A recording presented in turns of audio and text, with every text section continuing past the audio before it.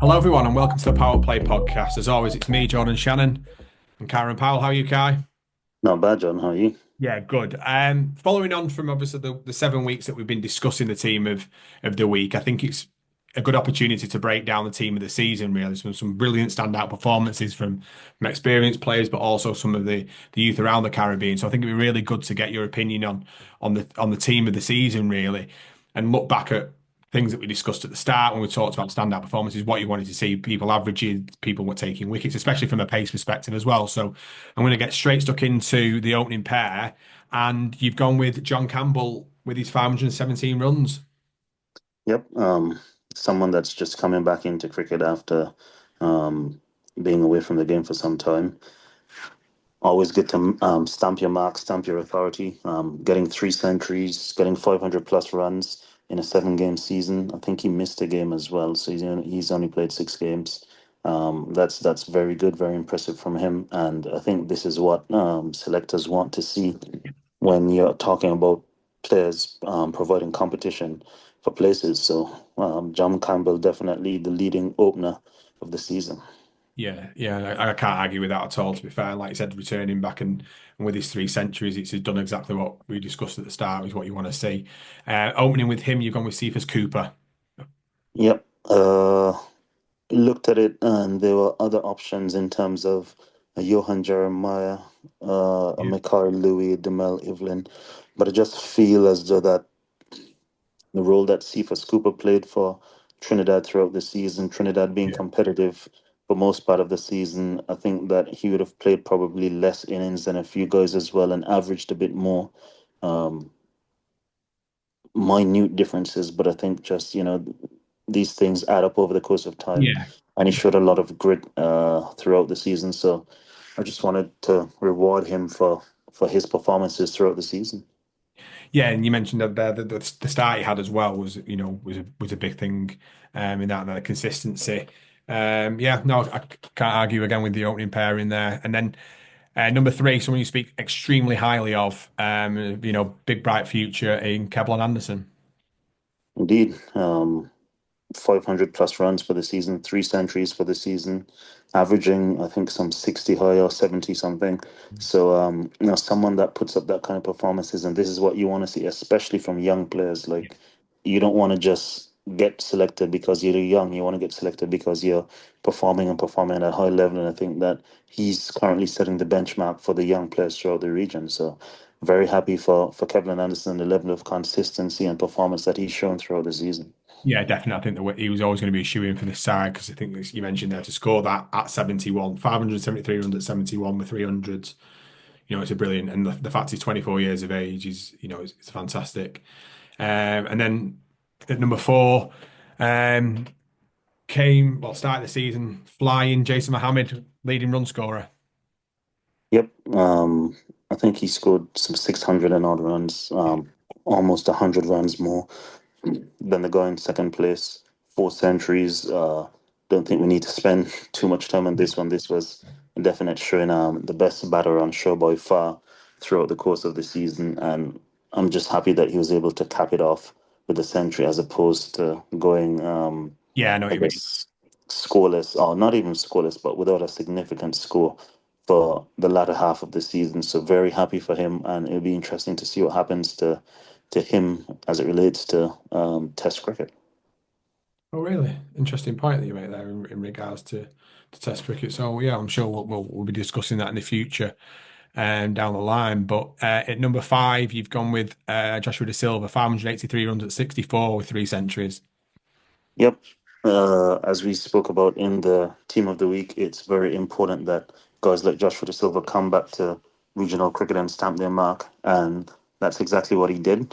3 centuries, 500 plus runs. I think another two or three half centuries as well. So, no, very very pleasing to see that he put in the work, but not only put in the work, that he spent as much time in the middle as he did to reap the benefits, and obviously that's only going to be good for his game going forward. Yeah, definitely. And like I said, he's going to want to be answering a few of the critics out, and getting back into that side. And he'd probably be a little bit disappointed that some of his late 70s and 80s didn't kick on to maybe make that to 5 centuries. It's a real statement then, when you think about just short of a century per Again, fixtures. Yeah, that is a really one way, as a group of selectors, they've got no choice not to pick him, otherwise it's going to cause a bit of a stir, but fully deserved at number 5. And number 6, you've gone with Tevin Imlach, 538 runs at 67, and again 3 centuries. yep, a man that took the gloves from Joshua De Silva and did all that he had to do as well to, in my opinion, retain the gloves. You ask for performances, and it's great when two guys are jostling for a position, and you read in the papers, oh, this guy scored a century, and then this guy's come and scored a century, and then that guy scored a century, and this guy's also come and scored the next one.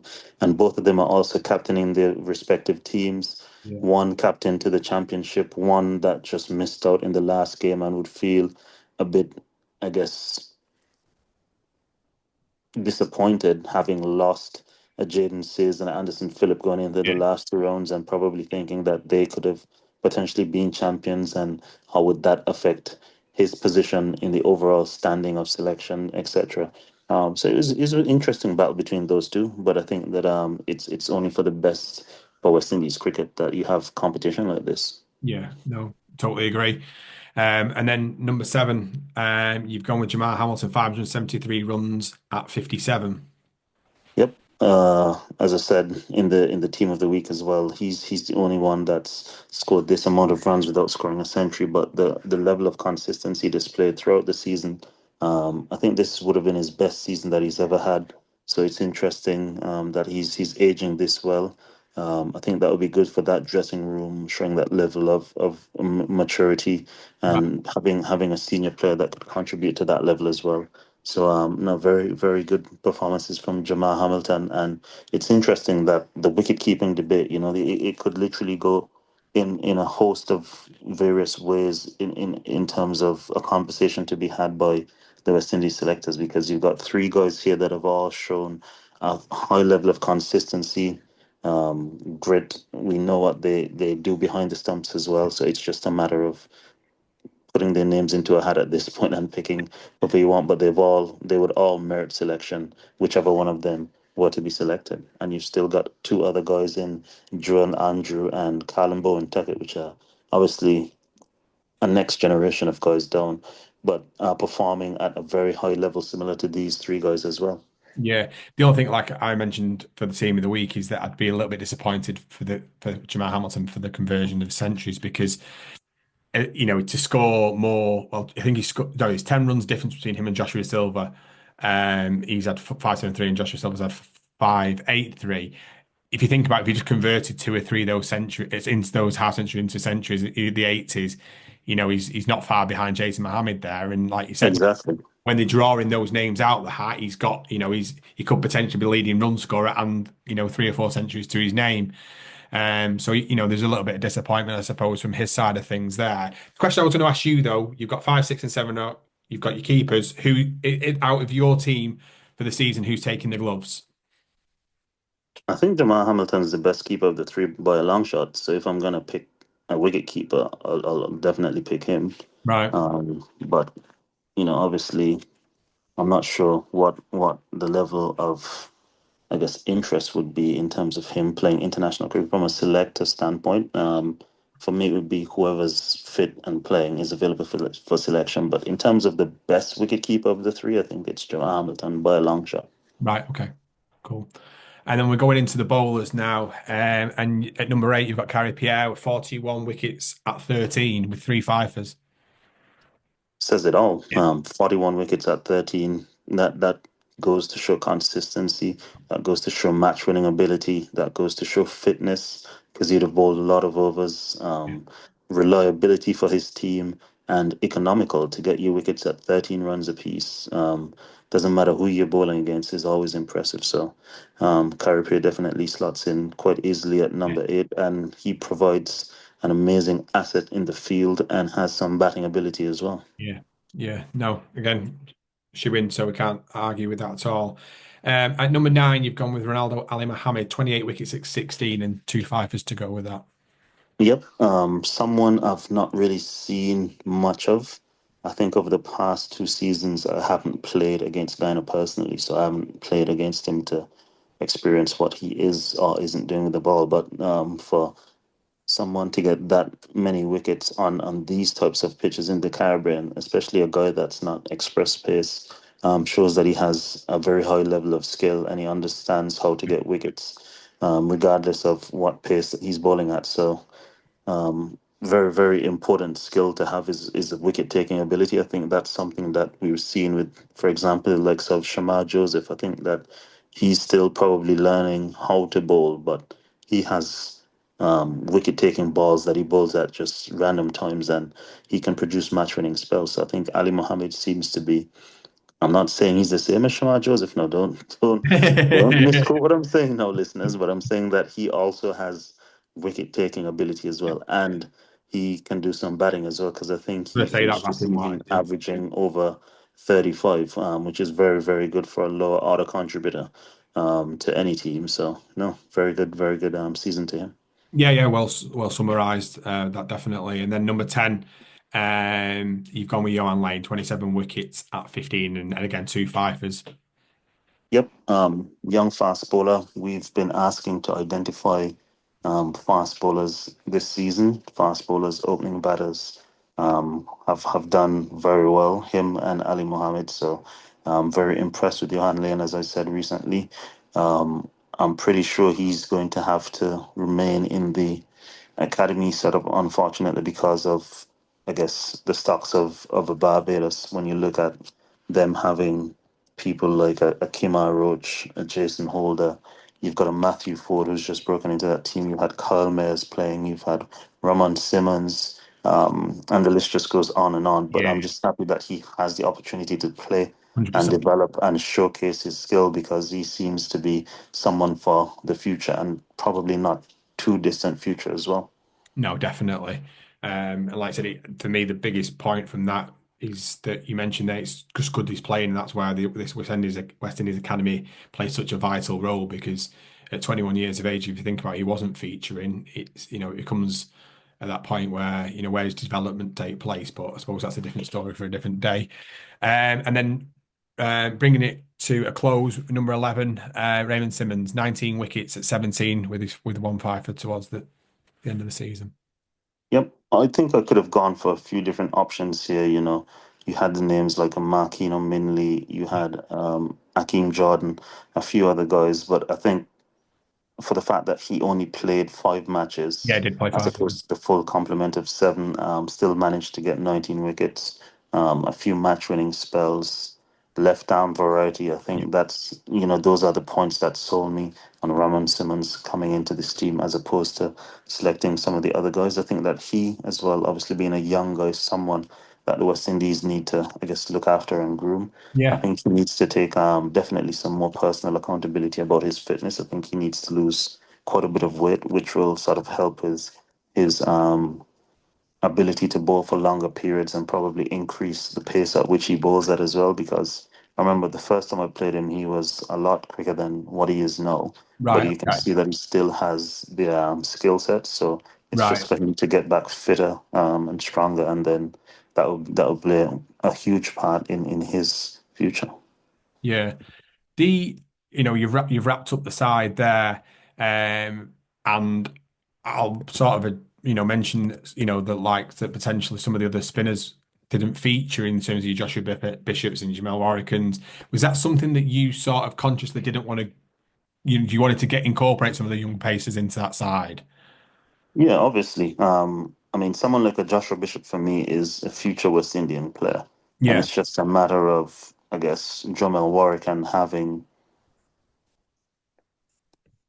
whatever the case is, whether he runs out of form or yeah, he becomes too old and retires or whatever the case is, or he gets an opportunity to play alongside a Jamal Warrican or a yeah, Gudakesh Moti or whatever the case is. But I think that Joshua Bishop, with his all-round ability, because he's someone that feels in the gully, and then someone that has two first-class entries as well, with an yeah, average in excess of 30. So I think that he is someone that the West Indies will be utilizing at some point in the very near future, just like Johan Lane. Yeah. And I think that it's great that he has the opportunity to continue to play, to Yeah. continue to develop. I'm hoping that he can continue to have that opportunity because I think he's 24 years old, and I think there's some sort of age limit or restriction, some cap for people being in the academy. So I'm hoping that, Right. Okay. obviously common sense prevails and whether it be exceptions are granted so that he can continue to have the opportunity to play as opposed to being in Barbados and not getting that opportunity. That would be great. Yeah. No. No, I understand what you're saying. When the first week we spoke about the criteria of what you wanted. So you wanted to, your batters to score runs and the averages, and you wanted to see the pace bowlers sort of flourish a bit more than the spinners, which I think ultimately they have done based on what we've been discussing throughout the weeks. What would be your overall, is there any disappointments you feel from the season, or anything that any clear takeaways from it that you want to sort of discuss? Disappointments. A lot of the guys that would have played international cricket recently didn't necessarily come back and perform or dominate the season. So you look at the Alec Athanas's, the Kavim Hodge, the Amir Jangus. Unfortunately, they didn't come and set the tournament alight. They'd have No. had scores here and there, sprinkles, but I guess it's left the door ajar for their selection to be left into the hands of the selectors as opposed to them coming back and saying, okay, no, that was just a blip. Yeah. I've dominated and I'm ready to go and face up against Australia. But what I was happy to see is performances from a lot of younger players. So you look at a Joel Andrew, a Shakir Paris, a Carlin Bowen Tuckett, Johan Lane, a Joshua Bishop. These guys have really put their hands up to say, we're next in line Yeah. if anything happens to the guys that are currently playing. But not only next in line, we're the guys that should be invested into and further developed, and put into an infrastructure or into a program that allows them to continue to grow and be groomed and enhance and develop their skills. So very happy about that. Yeah, definitely. And yeah, summarizing, you've touched on it throughout the whole weeks about Guyana, how they continually continue to win. What did you make of their performances throughout the season? And is it something that you'd like to look into more further in terms of, sort of the blueprint that they're sort of creating in Guyana to successfully win trophies?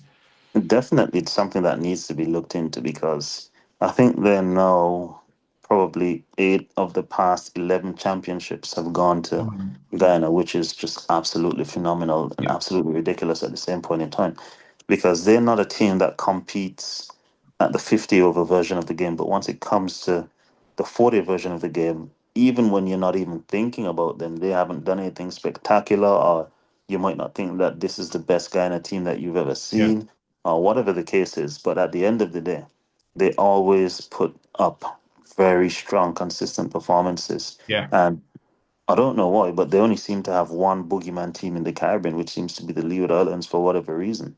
And that's the only game that they go into seeking a draw or not to lose. But they seem to be just a well-oiled machine. And I spoke to Veerasamy Parmal pretty much every day of the past week because he's someone that I would have known from since under 15, Right. Okay. played West Indies under 19 together at the HPC at the same time, and he's someone that's very, very close to me. Like he's a very good teammate and friend of mine, and it's just, they have a very strict process done in Ghana in terms of this is what they're looking to do and this is how they're looking to get it done.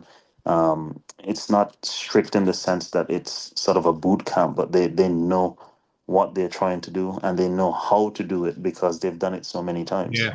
As well as the fact that Guyana is such a huge country and you can't take your chances for granted because if you do, someone else will come and get that opportunity and you may never get a chance to play for Guyana again.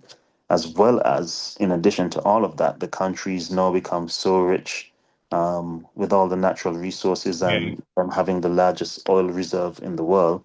And the president seems to be quite a lover of cricket and investing into cricket heavily. So you're having lots of new cricket stadiums coming up in Ghana that are going to be state of the art. So it's only going to continue to push Ghana cricket further and further. And I think what's happening in Guyana now is sort of like the inception or the early stages of what happened in India with the IPL, where Indian players just started to boom. I think you're going to see that happening in Guyana with Guyanese players just starting to go to a completely different level. And I'm not sure how the other regions are gonna be able to keep up with Guyana if what I'm assuming will happen actually happens. Yeah. One of the things I was looking at it, I think, and again, don't quote me on this, I'm sure two of the top, do you have two in the top 15 run scorers of the season and two top wicket takers, the top 15 for the season? And when you look at that to go and win that, it shows that level of consistency throughout that whole 11, or not just the 11, the squad of players, because obviously there's people that they bring in and stuff. And it shows that grittiness, it shows that togetherness between that group of players. And you mentioned there about the competitiveness. So if someone doesn't perform, they know there's two or three behind them. Why do you not think that the Barbados have that with them? Because you look at the competitiveness that Barbados have, how come it doesn't have that same effect? I think Barbados probably has more named or known talent, but Right. Guyana probably has more consistent performers at this level, if that Right. makes sense. Yeah, yeah, I know Um, what you get. Yeah, yeah, so if for example, if Barbados had a Rostam Chase for the entire season or yeah, a Shea Hope for the entire season, then it would be a lot different in terms of having known, named, and consistent performers. But yeah, Guyana, whilst they seem to slip under the radar, have guys that will come and do the job and get the job done year in year out, and yeah. that's where they beat people, I think. No, no, definitely. No, I look at, and I think it's fair play to them, a massive credit to them. Um, but no, again, thank you so much for your time discussing, the teams. It's been really, really good. And I think that I hope everybody listening and everybody watching, give us your thoughts. What did you think to the team of the season? Who you thought should have featured? Who, people who missed out? We're really interesting to get your thoughts. Um, and yeah, fantastic. Have you got anything more to add, Kai? No, just looking forward to naming our squads for the A team series coming up. That would be very interesting as well. Yeah, it will be interesting because I know that obviously we've discussed that you've mentioned the possibility of you looking at picking two sides for the two games against South Africa, Ray. So that'd be interesting to see, get your thoughts on that, especially with the balance between people who are looking to get games under the belt before the Australia series versus some of the breakout talent that have appeared in this championship season. So yeah, I'm looking forward to getting your thoughts on that. And yeah, cheers. Excellent. Speak to you soon. Thank you very much, guys.